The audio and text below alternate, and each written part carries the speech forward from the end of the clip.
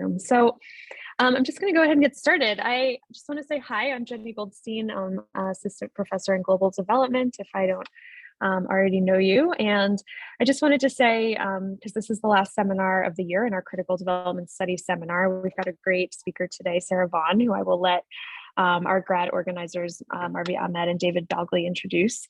But just to say thank you for those who've come to the seminars this year. It's really been a wonderful success, despite and because it was online, I would say.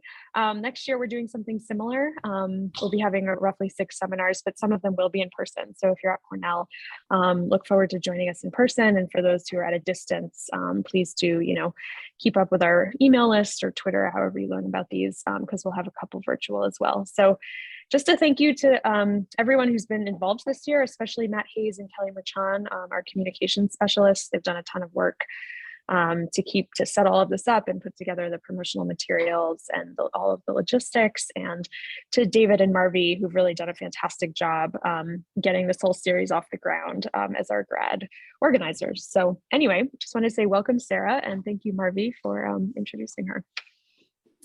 Okay, thank you so much, Jenny. And thanks to you as well for all your support this year for helping us organize this series. Okay, so moving on. It is my great pleasure to introduce our speaker today. Sarah Vaughn is a sociocultural anthropologist at UC Berkeley, working at the intersection of environmental anthropology, critical social theory, and science and technology studies. She received her BA in 2006 right here at Cornell University and was awarded a PhD in 2013 from Columbia University.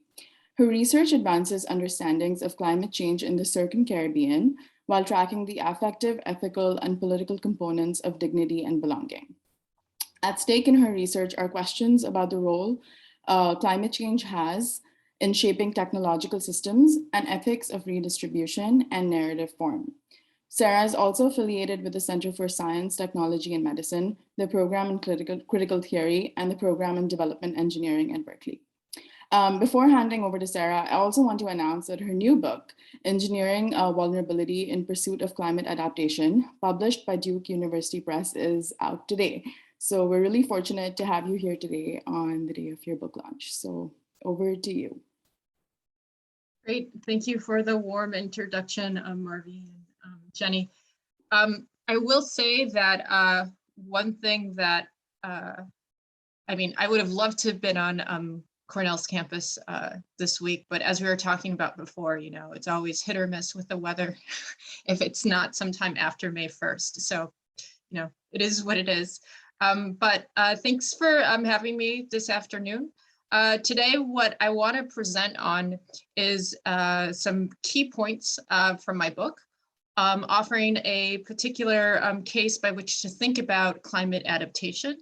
Part of the book project is to try to begin to theorize what climate adaptation looks like on the ground in practice and through the kind of conceptual work and labor that both experts and ordinary citizens invest in as they take part in state-sponsored projects. And one of the claims in the book is that climate adaptation, in fact, has racializing effects. It might not be a project about race specifically, but it definitely has racializing effects that shape the way in which people want to understand their not only their futures, but also their past. So with that said, I'll begin. With humanity's increasing awareness of climate change, race has come to stand in as an important index of survival. The rock, mud, and debris hurled into the air by Hurricane Dorian unearthed the squatter towns of Haitian immigrants in the Bahamas.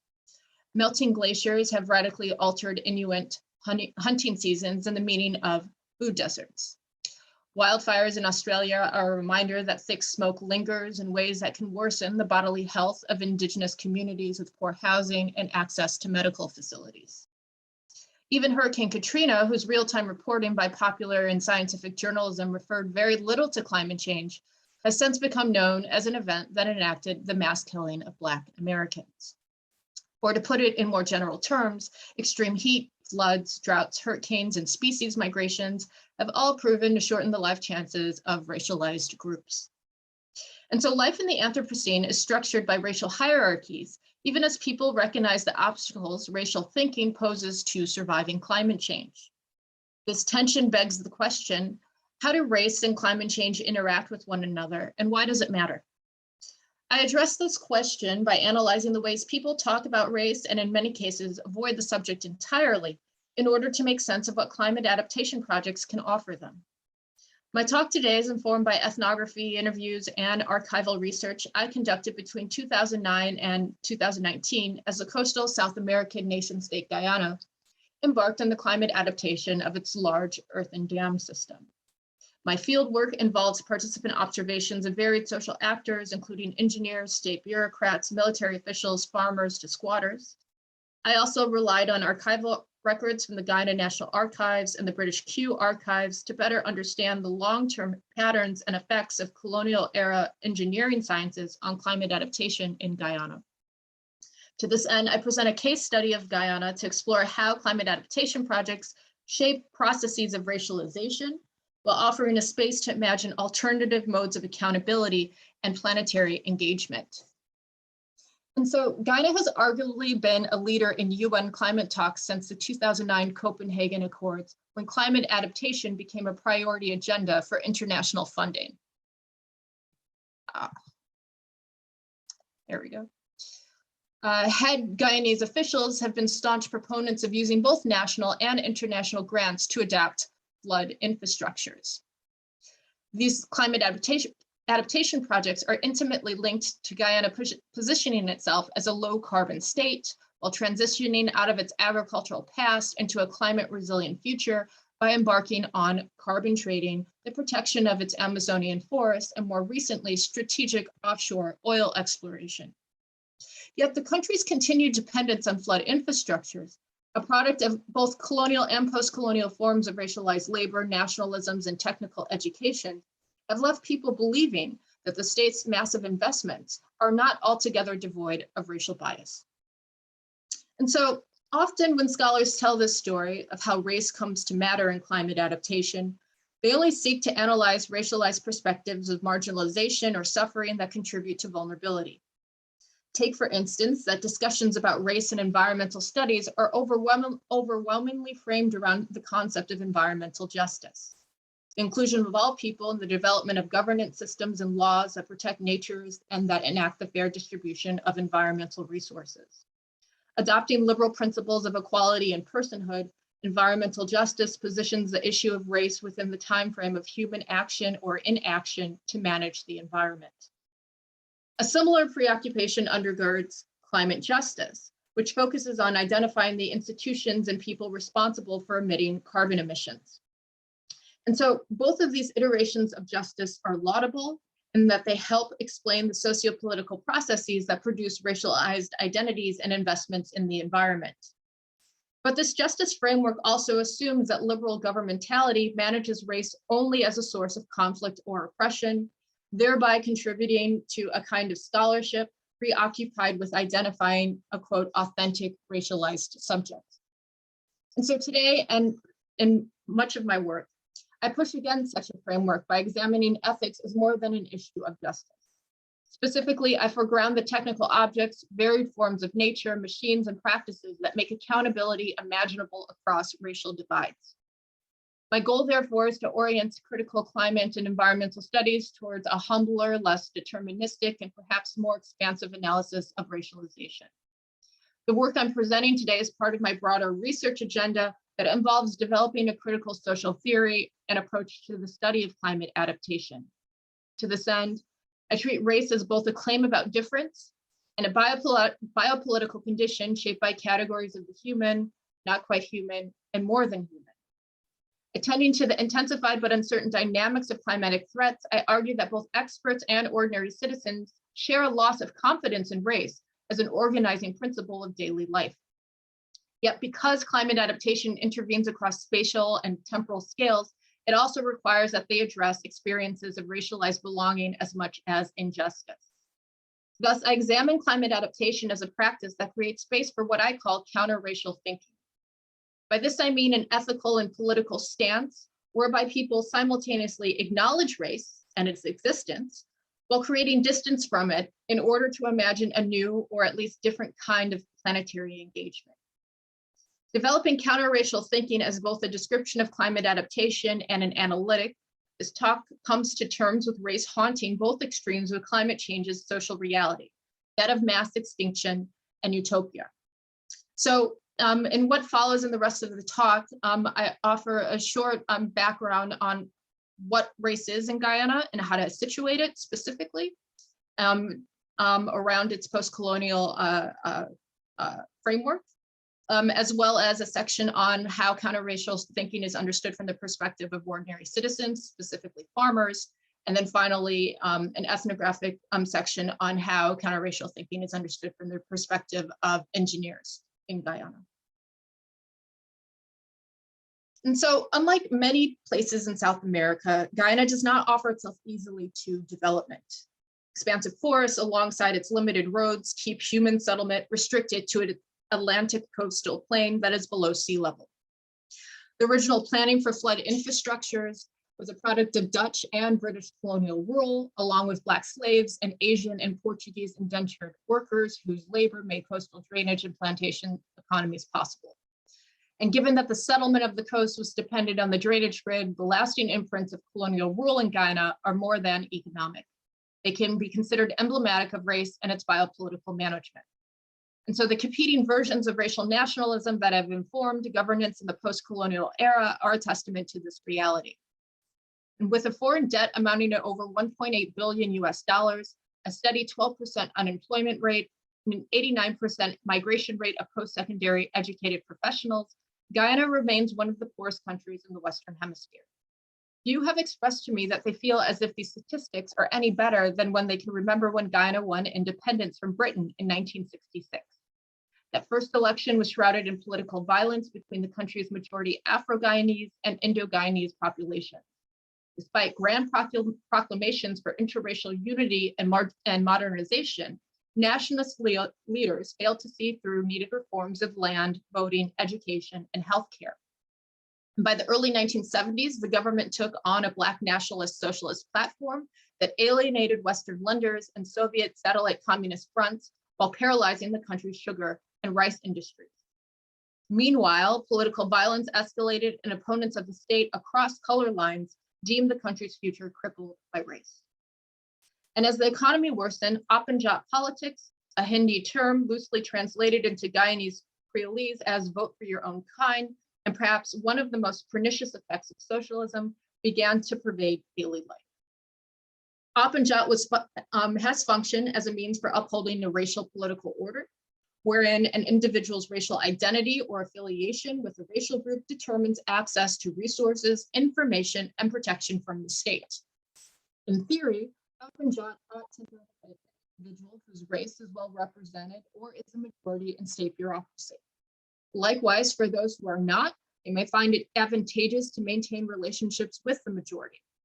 Even so, a single experience of racialized resentment or indifference can breed contempt for Opanjat to the point that one would rather turn to non-state actors, from NGOs to gangs, for care.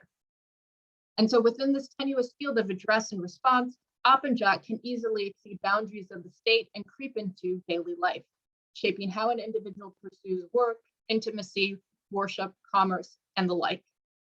Race, as critical theory David T. Goldberg argues, is integral to standardizing state arrangements, reminding us that forms of political influence are marked symbolically and effectively as well as physically. And yet, Opanjat does not unfold in ways that simply replicate existing state institutional norms and values. Opanjat takes on a new sense of import and perhaps urgency every time Guyanese engage state bureaucracy. Even still, the pervasiveness of Opanjat during the socialist era left many citizens feel as if they could not make a life on the coast unless they catered to race before country. And market and democratic liberalization in the early 1990s provided little incentive to do away with or nuance Opanjat. The Black nationalist government was replaced by a democratically elected government orchestrated by a foreign-trained technocratic class of Indo-Guyanese. Pejoratively described by its critics as ushering in a, quote, Hindu revival, this government distinguished itself not only in terms of its racial leadership. Structural adjustment programs were initially implemented alongside projects to develop mining, biodiversity conservation, and logging sectors while agriculture was cautiously diversified to accommodate rice and cash crops. Demographics shifted as well as outmigration continued. The first reliable modern census, conducted in 2002, reported that roughly 44% of the population was Indo-Guyanese, 30% was Afro-Guyanese, 16% mixed race, 9% Iranian, and 1% either Portuguese, Chinese, or European. So a quite distinct racialized continuum that doesn't necessarily include a white presence. And so this pushed the new government as one that could offer a heavy dose of environmental consciousness to supplement people's race consciousness. Even still, over the next decade, the austerity measures that accompanied structural adjustment contributed to escalating state corruption, poverty, and crime, especially in the capital, Georgetown. And since independence, Apanjat has made coastal life appear predictable, even as racial demographics transfigure, markets transition, resources deplete, and political regimes collapse. The problem, however, is that while Apanjat provides a critical explanation of racial politics in Guyana, it provides less insight into how coastal ecologies have been reshaped by race over time. This dynamic was made apparent during the disastrous flood in 2005. The torrential rains pounded Guyana's coast from late December 2004 to early January 2005. Houses once protected on stilts were transformed into marooned islands. Leptospirosis, a zoonotic waterborne disease, knew no boundaries, wreaking havoc across rural and urban environs alike. Roads were damaged, leaving many with no place to sell and buy food, supplies, and water. The flooding was prolonged by a major dam system, the East Demerara Water Conservancy, the EDWC, overfilling with water. In response, military personnel and NGOs repurposed school buildings into shelters and pickup points for emergency rations. And even when the rain stopped, the talk of floodwaters persisted as engineers and state officials affiliated with the Ministry of Agriculture worked to reinforce the EDWC. While only 34 people died, no reported disaster statistics quantify or categorize bodily injury along racial ethnic lines. One can still speculate, however, that these contrasting injuries made everyone feel closer to death. And so by 2009, the national government responded by releasing its low carbon development strategy, the LCDS, a report that details how the country plans to adapt to climate change. Ambitious in scope, the LCDS looks to the country's forests as a resource for carbon trading schemes in Norway. The funds raised from these schemes are intended to partially sponsor the long-term adaptation of the EWC and related drainage pathways. In this respect, the LCDS also contributes to the government's second national communication to the UN Framework Convention on Climate Change. President Bharat Jagdeo made a plea for the LCDS through diplomatic partnerships with Conservation International, lecture tours at foreign universities, and interviews with celebrity environmentalists, including Harrison Ford. Later that year, Jagdeo attended the 15th session of the UN FCC in Copenhagen, the first meeting ever to foreground funding and research networks for climate adaptation as opposed to solely climate mitigation. Using the meetings to sell the LCDS, he explained that all global South countries are not alike, that those who are not high carbon emitters have a stake in climate negotiation. In doing so, he characterized Guyana as a quote, small island state, a country with an economy acutely vulnerable to climate change that will never be able to afford to adapt on its own. His use of the phrase small island state offered a way to put climate change at the center of Guyana's modern understanding of itself as a nation. It signaled that the composition of the nation's future population, specifically its size and demographics, is in question. And so more than a simple description of geography, the phrase small island state is symbolic of Guyana's concern that climate change has the potential to intensify Apanjat or drive a further wedge between its racial majority and minority groups. Arjun Appadurai has articulated similar insights in his analysis of the sovereign preoccupation with scale and population, or what he calls the fear of small numbers. Globalization in the post-Cold War era, Appadurai notes, rested on the assumption that with an expansion of free markets, finance, rights, and democracy, racial inequalities would recede worldwide. But in many instances, has unfolded with racial inequalities deepening and violence becoming a mainstay of national political life. Moreover, the sense of social injustice that characterizes the fear of small numbers is not bound to any single racial ethnic identity or geopolitical territory. As the Copenhagen meeting demonstrates, the fear is often rationalized through efforts at comparing levels of socio-ecological degradation across as well as within nation-state contexts. And so the fear of small numbers is not limited to the question of the human. The binary preoccupation with racial majority and minority has over time ravaged environments or the terrain nation states call home. And so against this backdrop of fear and diplomacy, climate adaptation may not only hinge on efforts to design so-called resilient infrastructure systems. It also seeks to influence public attitudes about the importance of lessening racial inequalities while bringing attention to the fact that all people, no matter their race, are vulnerable to climate change. Thus, in a post-Copenhagen world, we might usefully think of climate adaptation as managing the explicit reinvention of technology needed to sustain anti-racist futures. And so essential activity of the EDWC's adaptation involves engineers digging the Hope Canal, which is intended to provide a passageway for water, floodwaters during intense storms. The 6-mile canal cut through Hope and Dutch Fort, predominantly Indo-Guyanese cash crop farming villages located 3 miles from the EDWC. And as you can see here in this map, which of course is not to scale, you can get a sense of this literal spatial importance and overwhelming presence of the EDWC in coastal Guyana. The EDWC is roughly 350 square miles, and it's located on the back end of the coastal region of Guyana. As you can see here in this map, it's bordered by Gaisuco, which is the largest sugar plantation in Guyana and owned and operated by the state. It's also near, of course, the capital city, Georgetown, and roughly 90% of the Guyanese population lives along the coast. So the EDWC is literally in everyone's backyard. And the 2 red lines here indicate on the side next to Gaisuco, the oldest canal that's adjacent to the EDWC, the Lamahau Canal, that provides potable water to the coast. And the other red line is the line, the virtual line at the time, the proposed line for the Hope Canal. And so homes and provision grounds that the state deemed vulnerable to flooding had to be relocated as engineers dug the Hope Canal, and farmers were compensated for their resettlement. The canal's construction affected 15 households for roughly 30 landholding farmers and required that they move 100 meters from their original lots. Alongside the state providing millions of Guyanese dollars in compensation, engineers plan to realize secondary drainage for the farmers' new provision grounds. Farmers are skeptical of this new arrangement.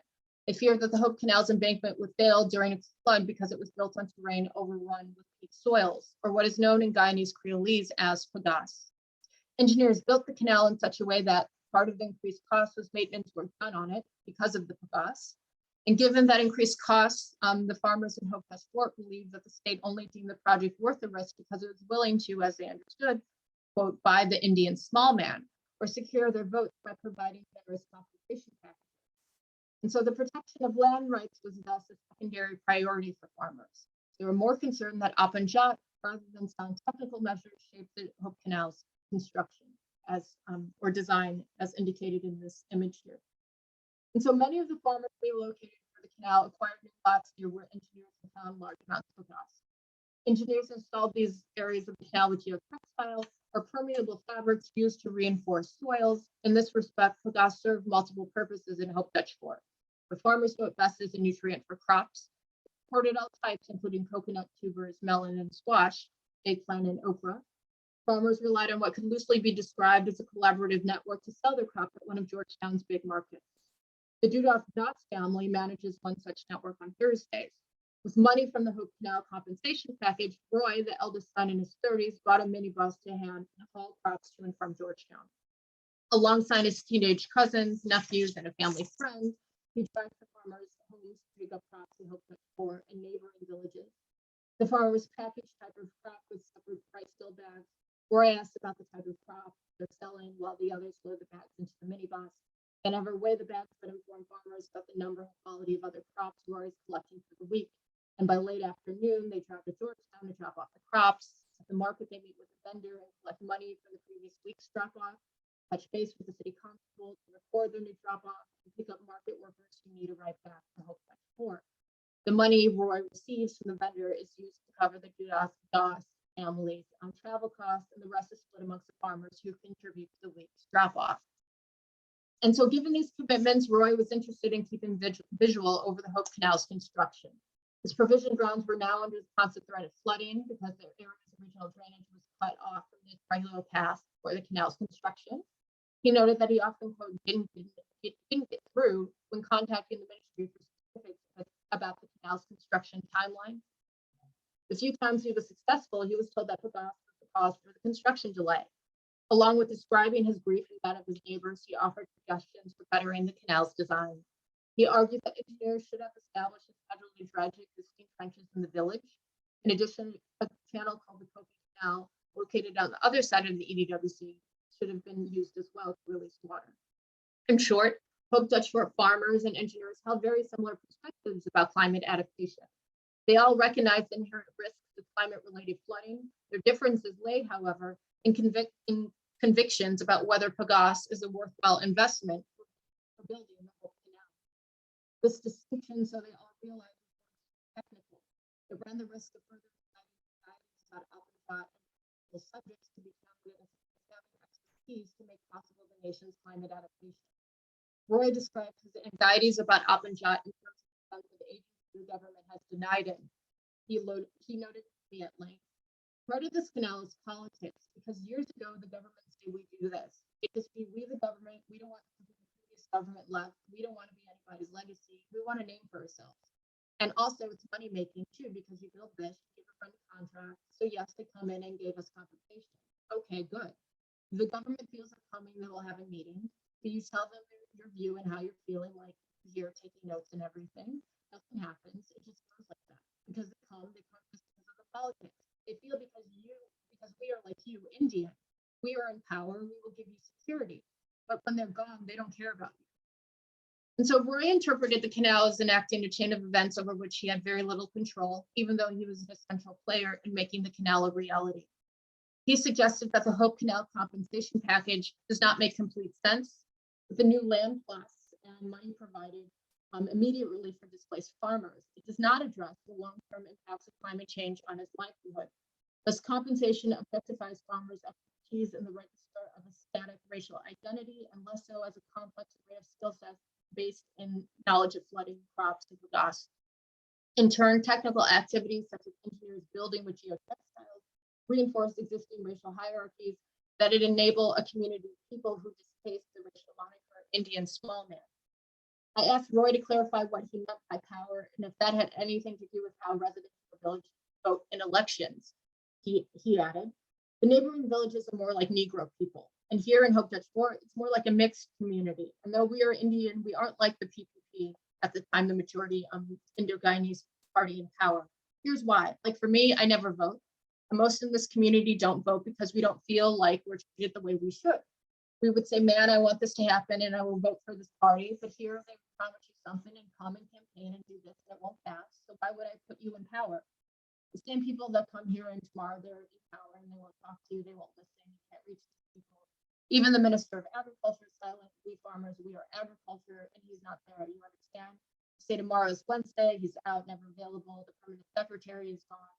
Even the engineers come with their assignment and just have their work. They come in and don't ask for our land and come in and just dig politics and power. Farmers are agriculture, as Roy notes, whether they manipulate cultivation or rely on it to monitor canal structural stability. His critique of Alpenjot verges on a kind of romantic agrarianism rooted in an ethic of primordial belonging. At the same time, he doesn't claim a racialized responsibility for Hope Canal. Roy demonstrates this sensibility when he reminded me that farmers and engineers share a similar distrust of Pagos, but have competing ideas about the usefulness of geotextile to support the Hope Canal. Farmers' struggles make evident that counter-racial thinking is not in opposition to the EDWC per se, but to Alpenjot as a state's mode of political reasoning. Their opposition suggests a more general point. People's lived experiences of race are not indebted to a single domain of knowledge. This is why it's not enough to treat Alpenjot and more broadly racialization and climate adaptation as simply caught up in a politics of recognition. Questions of technology use as much as knowledge exchange are also at stake in people's efforts to envision climate adaptation projects that address racial inequalities. Specifically, Roy's concerns about the structural integrity of the Hope Canal design touches on philosopher of science Karen Bayard's conceptualization of dental cuts. Bayard argues that in technoscience, measuring apparatuses play the role of producing dental cuts or designating a condition for objectivity about the material composition of the phenomenon being observed. Dental cuts disrupt Cartesian divides between subject and object, repositioning observation as a radical practice in accounting for difference. Put differently, Roy is as concerned with the agency to counter the state's racist stereotype of the Indian small man as he is in devising a plan with engineers to better manage the canal's unwieldy pagasse terrain. The point, perhaps, is that technological practices in climate adaptation may not only transform the necro power wielded over racial bodies, but also the value of the earthly matter that gets in the way of engineers adapting a place to climate change. So while Roy may sometimes feel like a marginalized player in climate adaptation projects, he's left to wonder if engineers fret about pagasse as much as he does. The construction of the Hope Canal involved tedious coordination between engineers and foremen. They wandered off pulling thin sheets through the soil as if to cover the dead. Tugging and pulling, the soils around them disappeared under a dark blanket. They walked across the thin sheets, stomping out air pockets and smoothing the ground beneath them. Hunched over, arms dangled and knees bent, in unison, they pulled and folded the thin sheets. With each fold, the four men would then scurry to the side as large moving excavators dumped mounds of soil on the surface of the folded thin sheets. When the earth-moving excavators finished, they scurried back, pulling another thin sheet to start their dance again. One by one, these four men were laying geotextile. The handful of days I saw the foremen stretch and lay geotextile, they never looked tired. An army on the move, they soldiered through the soil as if they existed for no purpose other than to be wrangled into submission by geotextile. Their movements were creature-like, slow and deliberate, tactful yet delicate. As the foremen's bodies bent over to pull, the geotextile always appeared strong, firm, and unencumbered by their force. This is not to say that the foremen had a difficult time doing their job. They repeated these movements 5 days a week for 4 years without interruption, unless there was inclement weather. And so with geotextile, Guyana's really enforced pagasse soils are transformed into load-bearing foundations for dams, canals, sea defenses, road designs, among other things. Once deeply buried under the surface, geotextile performs the role of molding different layers of soil together into the infrastructure's walls and foundations. Geotextile provides not only stability, but durability. When it's first laid, geotextile mimics the movements of soils, but over time, soils conform to the ridges and creases of geotextile, creating a layering effect with man-made strata and pagasse strata. A mixture of partially decomposed vegetation and silt, pagasse first took root along the Guyanese coast during the Pliocene when sea level shifted with glacial events, causing sea level rise, the move inland of terrestrial borders, and the formation of swamps and mangrove forests. This knowledge is all academic to engineers until they start to dig. And even their efforts at geologic surveys to plot the locations of clay soils and white sands on the coast never prepare them for when they first encounter pagasse. They check for it by using a machine called a borehole drill to dig into the earth. As the borehole drill penetrates deeper and deeper, it vibrates to offer engineers a signal as to what kind of soils they are encountering. In coastal Guyana's hybrid clay, sandy, and pagasse-ridden soils, the borehole drills are often choppy and constricted. An agonizing task, borehole drilling puts engineers at the mercy of pagasse. In turn, even though engineers rely on rudimentary visual observations, pagasse's deep blue-black color to guide drilling, they also depend on sound. Engineers describe the borehole drill's contact with the earth as a chug sound, like a locomotive train tooting its horn. Borehole 1, 10 meters, chug. Borehole 2, 15 meters, chug, chug. Borehole 3, 20 meters, chug, chug, chug, and so on, as one engineer described to me. Pagasse creates its own atmosphere for human assessments and observation. When engineers encounter pagasse, borehole drilling stops, and foremen replace engineers to do the laborious work of folding geotextiles into the soils to make the Hope Canal's fragile foundation supported. The thing about geotextiles, an umbrella term for geomembranes, is that while they are delicate, they're malleable enough to respond to changes in soil compositions over time. The Dutch first incorporated geotextiles in the construction of dikes damaged by the North Sea flood of 1953. To reinforce the dikes, sandbags composed of geotextiles were placed along the front ends to protect them from water pressure. French engineer J.P. Girard used the term geotextile for the first time in 1970 at an engineering conference where he proposed that geotextile could act as a barrier to stop water leakage. He based the term on long-term field observations of a dam's embankment line with geotextile and its exposure to the elements. An emphasis on the ways in which geotextiles could be modified for design purposes led Girard to invent a classificatory scheme for geotextiles: geomembranes, geotextile cushioning, geonets, geoliners, geocomposites, and so on.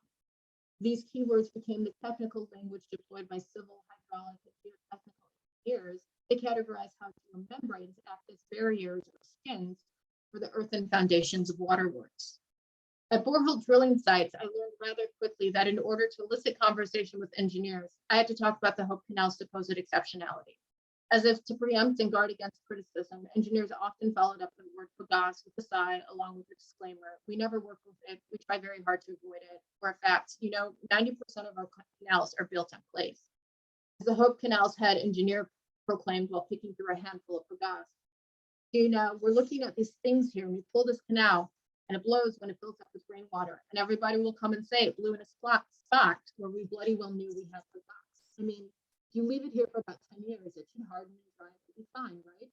But the agriculture minister wants to build this canal with water in another year's time. I see and all I need to see. And so borehole drillings help this engineer generate and validate facts about the potential failure rate of the canal and so the vulnerability as opposed to flooding. The facts shape engineers' professional commitments to other government officials as well as the general public. At the same time, borehole drilling sustains communication across the inner channels of state agencies such as the Ministry of Agriculture when soil surveys fail. This means that borehole drillings are not only important at the scale of strata, they can evoke a discourse about social vulnerability that have implications far beyond the construction of infrastructure. The Ministry of Agriculture and a private engineering firm were responsible for financing and building the Hope Canal. And given that the state has long championed big infrastructure essential to national development, engineers believe that because of their difficulties with bagasse, they could relate to and work on behalf of the Hope Dutch farmers. This belief was reflected in the racial demographics of the Ministry of Agriculture as well. Although there are no formal statistics, Afro-Guyanese and Indo-Guyanese men are well represented in both field and office operations. The government awards students at the National University scholarships to complete their training abroad and upon their return, an apprenticeship program at the ministry.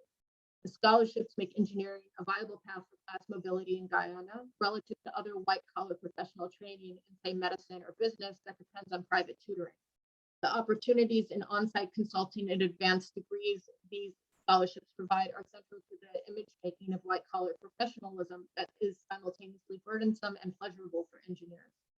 And so in the course of their training, engineers learn that professionalism involves treating their work as distinct from the forms of racial exploitation that inform the construction of past flood infrastructures, both in the colonial and post-colonial present.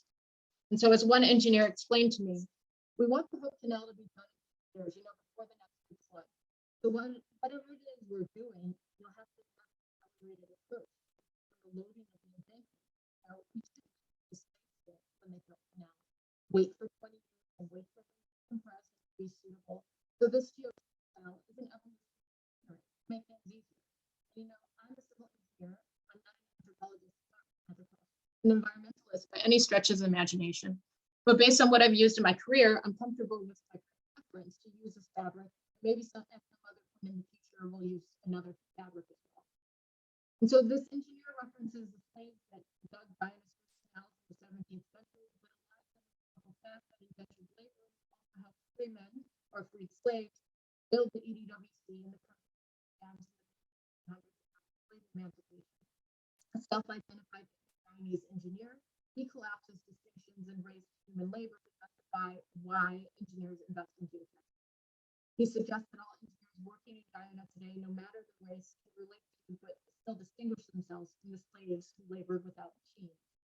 His insights echo those of social theorist Chilman Mbembe, who argues that the fungibility of Blackness is a norm of existence for all humans. And so the canal digging experiences of Black slaves and freedmen has become the point of reference for engineers' mode of counter-racial thinking in Guyana. And yet engineers' modest desires not to be mistaken for environmentalists is also an attempt at self-preservation in an institutional context where they're under constant scrutiny. Their claims to a particular field of training and racial identity are certainly not the only possible basis for interaction. Engineer solidarity to each other and farmers is also enacted through the installment of geotextile. Shape-shifting the Hope Canal's foundation over time, geotextile acquires meaning as another type of skin that supplements engineers' historic understandings of racialization in engineering and agricultural practices. Pagasse reinforces engineers' fear that they can be accused by the wider public of incompetence or perpetuating Alpenstadt. This is the fear that plays out between farmers like Roy and engineers who tried, but have perhaps failed to convince many of geotextiles' novelty and infrastructural design. And so technologies such as geotextiles and apparatuses such as borehole drills perform a gentle cut that help make visible to engineers that their counter sentiments may only in piecemeal ways help them navigate a global economy of climate negotiations. And so engineers are no less suspicious of Alpenstadt than farmers. Collectively, engineers and farmers turn to climate adaptation to negotiate the burdens of Alpenstadt as a framework for belonging to a nation state whose territory is under climatological threat. They all recognize that their critical appraisals of Alpenstadt and racialization more broadly can only provide temporary comfort in a world where they're resigned to climate-related flooding and even potential repeated disaster. That is one thing to call yourself an anti-racist, but quite another to make such sentiments materialize and cause lasting change. And so climate adaptation projects depend on the state first convincing citizens that they are potentially vulnerable in order to justify interventions on behalf of a targeted racial population of sites. What I gather from my engagements with farmers and engineers is that the link between race and climate change is a fear of small numbers. Guyana's situation parallels that of many other nation states. A post-Cold War global agenda for democratic liberalization and free trade has only intensified forms of racial inequalities and in some instances has exacerbated ethnic conflict and violence. At the same time, the social uncertainty has animated new types of social alliances that challenge a conventional understanding of nation-state identity as dependent on sovereignty, territorial boundaries, and especially the binary between racial majority and minority. Climate adaptation is a prime example of how these new social alliances play out within and across national borders. And as varying governing bodies and global treaties commit to climate adaptation, the fear of small numbers has surfaced as a complex articulation of rage, doubt, hope, and indifference. The catch, however, is that not only are racial minority groups vulnerable to climate change, but so too, of course, are racial majority groups. And in the case of coastal Guyana's intense flooding, experts and ordinary citizens alike have struggled to make sense of the fissures and biopower while enacting new modes of solidarity that challenge Alpenstadt. Representations of racial groups in Guyana are now being organized around as much as electoral patterns and uncertain climate change projections as competing ideas about the procedural matters of climate adaptation. And so from this perspective, climate adaptation is not simply a technological feat invested in calculating and representing the future, but also in an ethics of redistribution. And so the state's investment in the Hope Canal, for instance, suggests that the act of permanently settling the coast is without guarantees. And the basic assumptions people in Guyana carry about the coast, its terrain, nature, politics, infrastructure, and sensibility, are becoming less and less familiar, perhaps even uncanny, as they confront climate change. This is a delicate situation.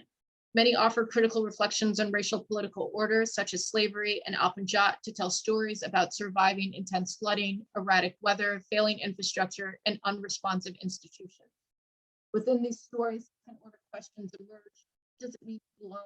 Who has the capacity and responsibility to become hospitable to others? When do claims to racial solidarity morph into ethnocentrism or racism?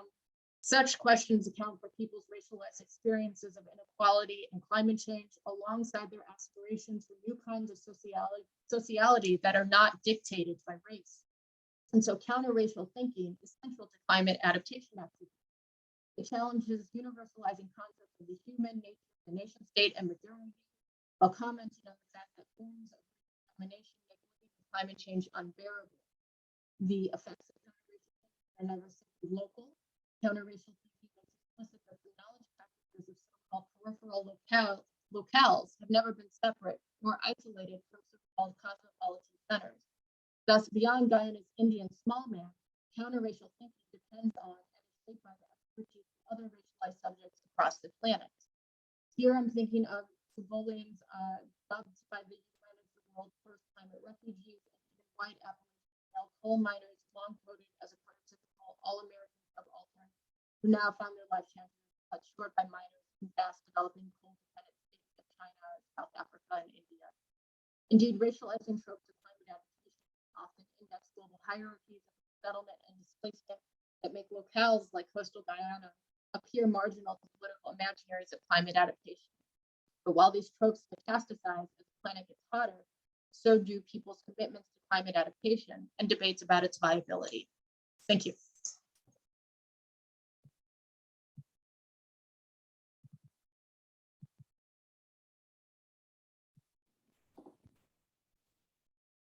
Thanks, Sarah.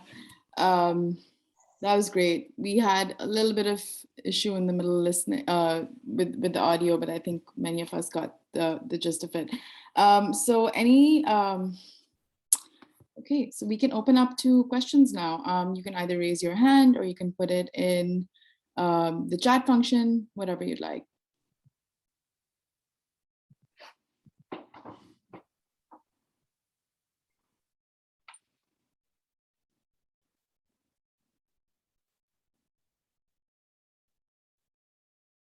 Yeah, Kevin? Hi, thanks, Marvi. Hi, Sarah. As a fellow Caribbean person, thanks for your work. I really appreciate it. One of the things that I picked up listening to you was the lack of formal statistics. You actually said that in the last part. And I've worked in Guyana as part of a Green Climate Fund project. And one of the things that obviously stood out to me was the fact that once we asked for like statistics on demographics and so on, it was lacking, right? It was like 2012 was the last time they did a major census in Guyana. And one of the things that stuck with me was the fact that the indigenous communities seem to have been kind of neglected in many ways. And I'm wondering how that plays into your own work.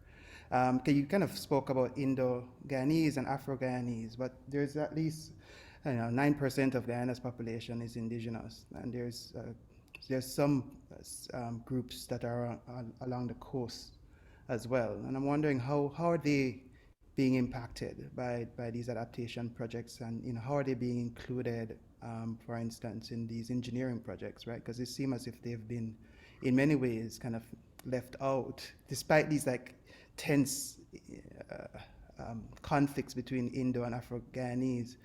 It seemed to me that the indigenous population is like always kind of generally left out of this discussion. So could you kind of expand on that for me a bit? Sure. So when I started my field work, long-term field work there, 2009-10, LCDS just got off, at least internally in Guyana, off the ground that early 2010.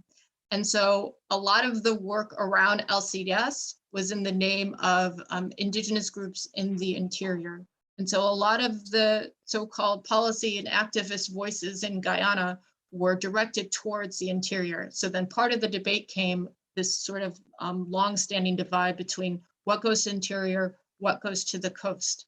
And so a lot of that talk around early years of LCDS was around land rights and recognizing the communal claims to land rights, because I think it was 2006 that the government, like, for the first time, reworked part of the Constitution to make very clear about what constitutes Amerindian, communal Amerindian land rights, particularly in the interior. And so that back and forth with Amerindian communities around land rights around for LCDS because of either quote sustainable logging or sustainable mining or carbon sequestration projects, their claims about land rights became then a platform and sort of a framework for people like Roy and those living in Hope and Dutch Fort for how they were making claims to the state about not kicking us off. So in the book, I detail how it is that some of this language from Amerindians pushing back on these LCDS projects in the interior became a working model for how at least Indo-Guyanese farmers affected by the Hope Canal pushed back against the state. With that said, I didn't work with any Arawak, which would be the majority Amerindian communities that have specific reserves on the in the coastal region. But Sapphire, which is another community I worked in, as well as some of the communities near Mahaika, had a large indigenous, relatively large presence of indigenous Amerindian communities, or at least households in their villages. So to the extent to which you still have this like image and myth of sort of segregated communities in the coastal region of Guyana, they're not as segregated as one would think. And in fact, there is as you've already pointed to, Kevin, presence of Amerindians along the coast. Also, many of those who make up the Ministry of Agriculture, engineers, are of Amerindian descent. But again, what was interesting was that they would very much tie their identity to a particular kind of geography, of course, as much as their Amerindian heritage. But it was understood that, trying to make sense of what flooding is and how this infrastructure has changed over time historically, particularly through localized education of engineering sciences, I found really shaped how it was that all these different groups came together, despite, as you're pointing to, the lack of statistics, as well as this kind of almost caricature of like Op and Jot being like the way the world is supposed to function. But when you get down on the ground, it actually sort of dissolves and gets kind of complicated in the sense that, people can recognize it, but still move forward in ways that try to play against, say, the stereotypes of, well, these sorts of people live in the interior, or these sorts of people live on the coast. And also an important note, George Simon was also an archaeologist Amerindian archaeologist who passed recently, Guyanese descent. Was also influential as I was writing this, Kevin, in the sense that, his experience as someone who lived on the coast and also doing archaeological excavations of some of these coastal sites, which had never really happened before until he was doing some work with Neil Whitehead, really arguably it shaped a lot of people's understandings about LCDS and the importance of thinking about climate change moving forward, because a lot of those sites were earthen mound sites that were sort of the first grids for thinking about flood management along the coast. So all of that was sort of part of the atmosphere, 2009, 2010, as LCDS was getting off the ground, and that Amerindian presence that, as you rightfully point out, was contested in terms of resources, but definitely not in terms of a political imagination.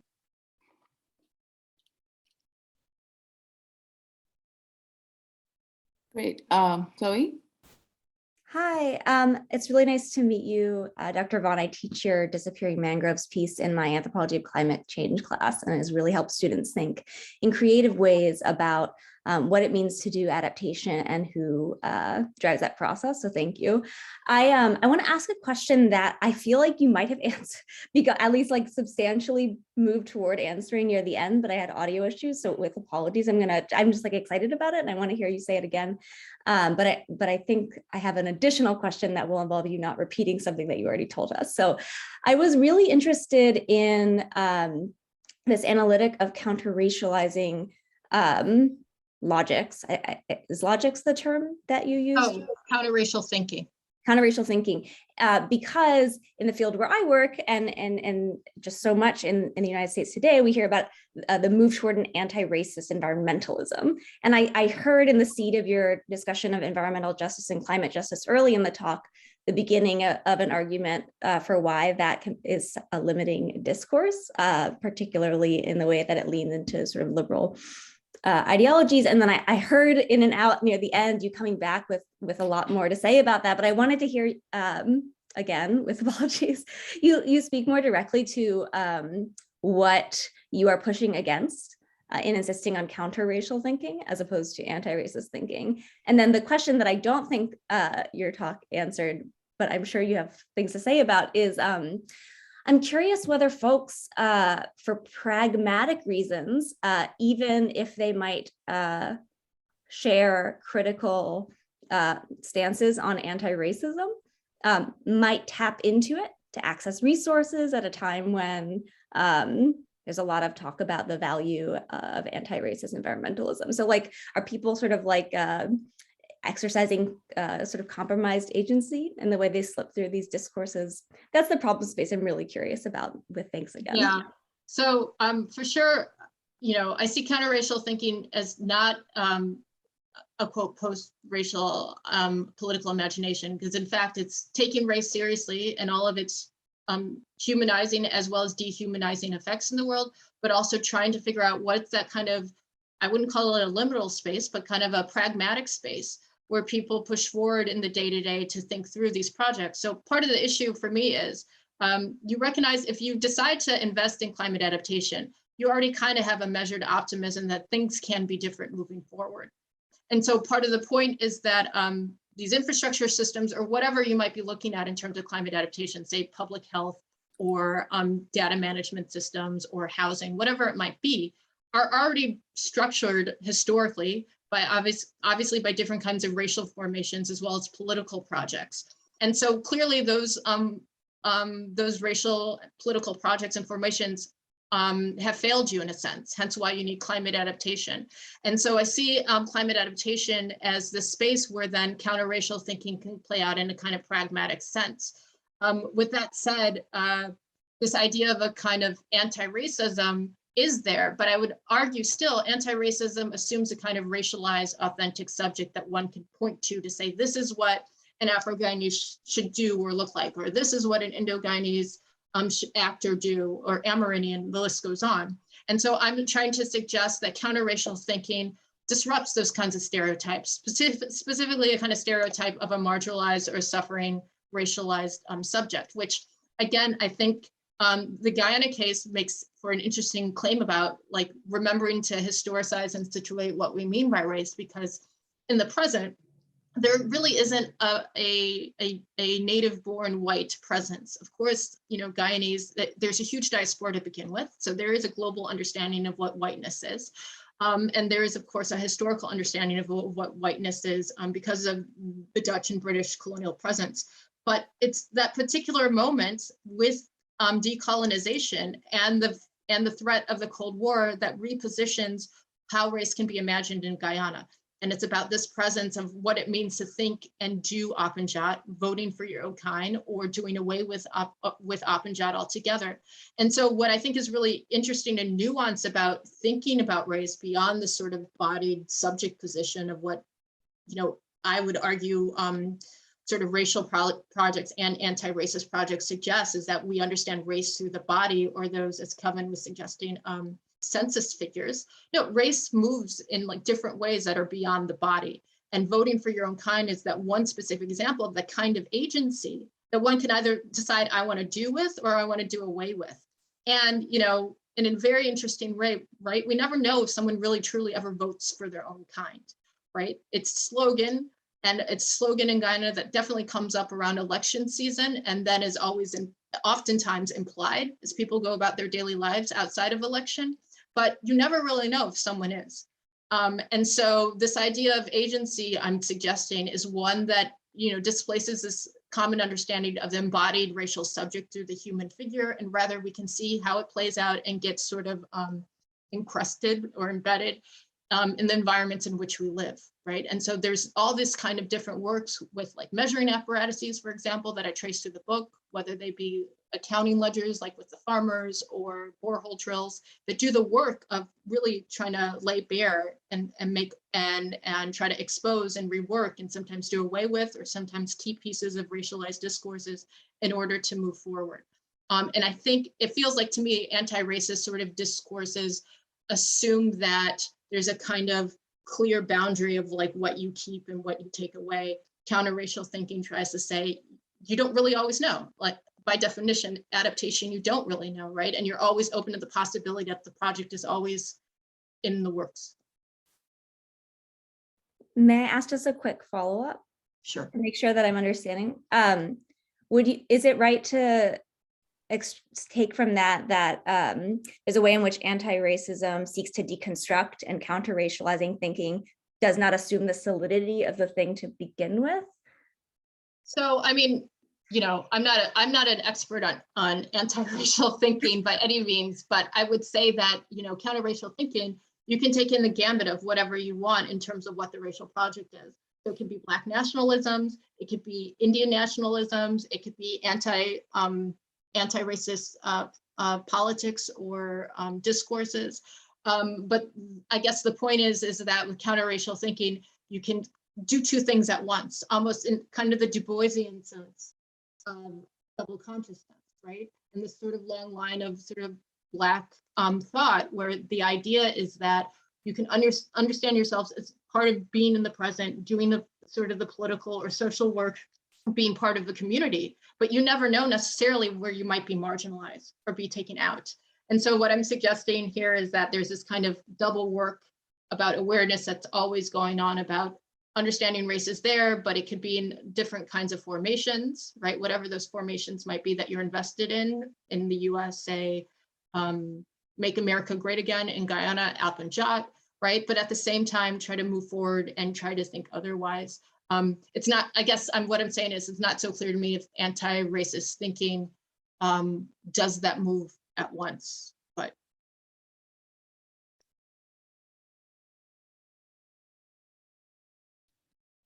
Great. Any other questions?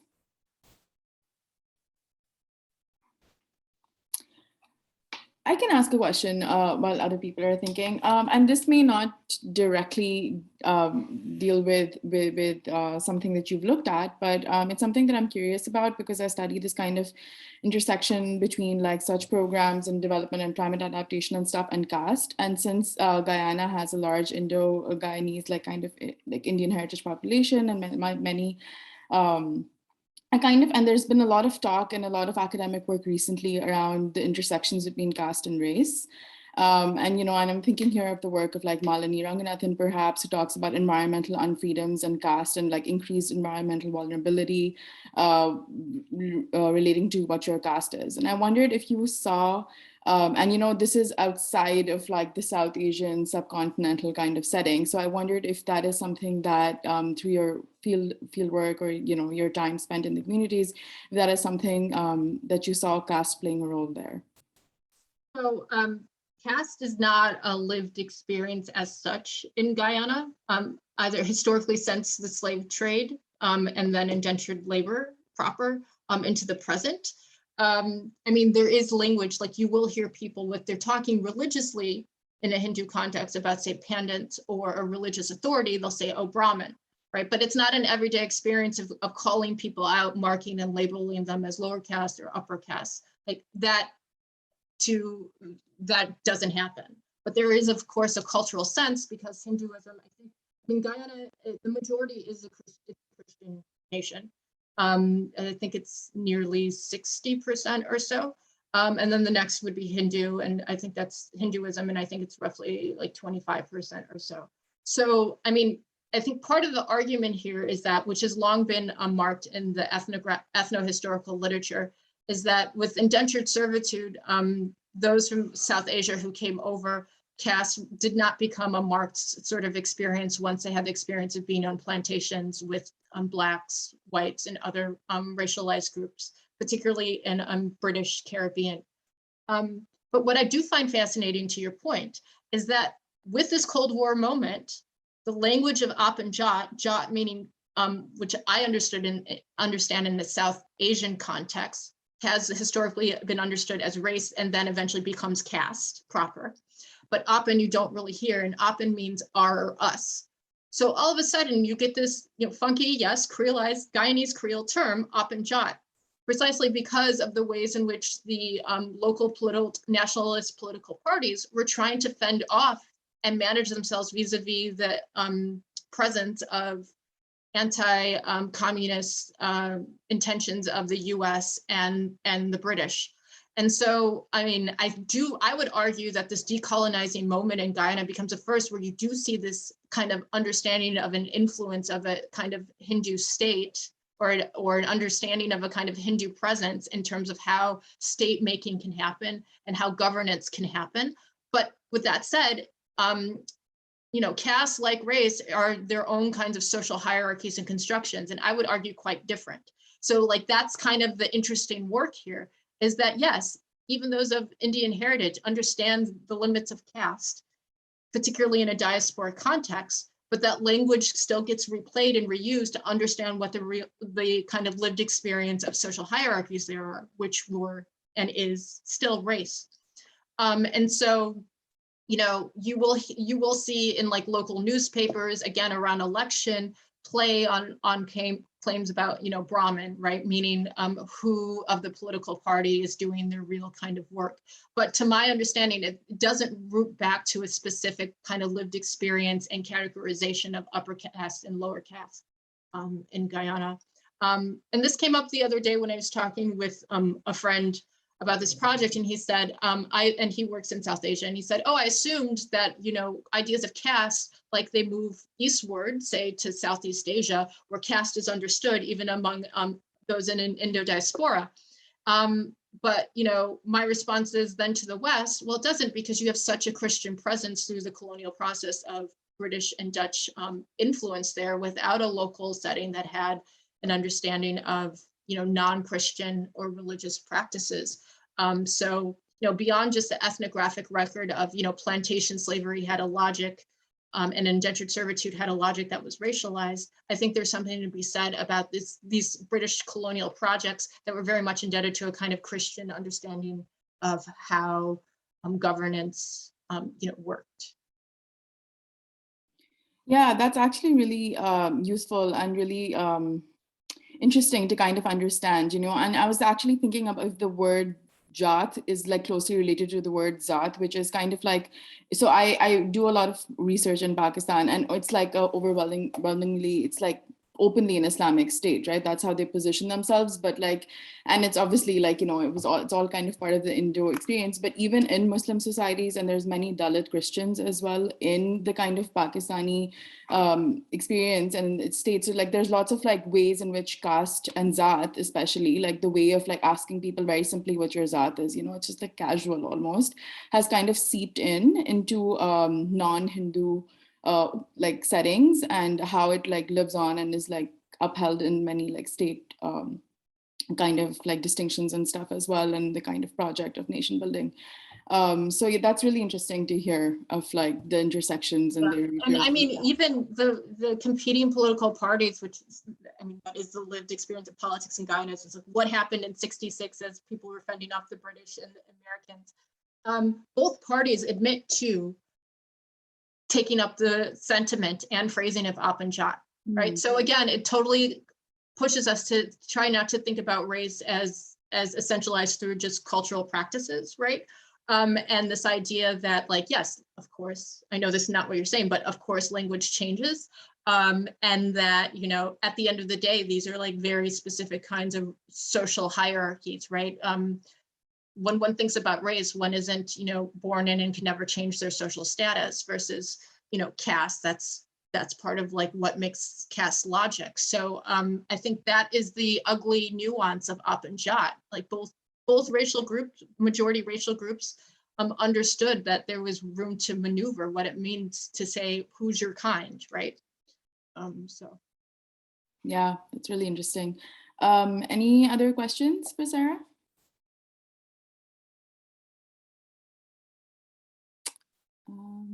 Okay, well, okay, I think if there are no other questions, then we can wrap up. Thank you so much for being here. We really enjoyed your talk, and look forward to reading your book. yeah, thank you.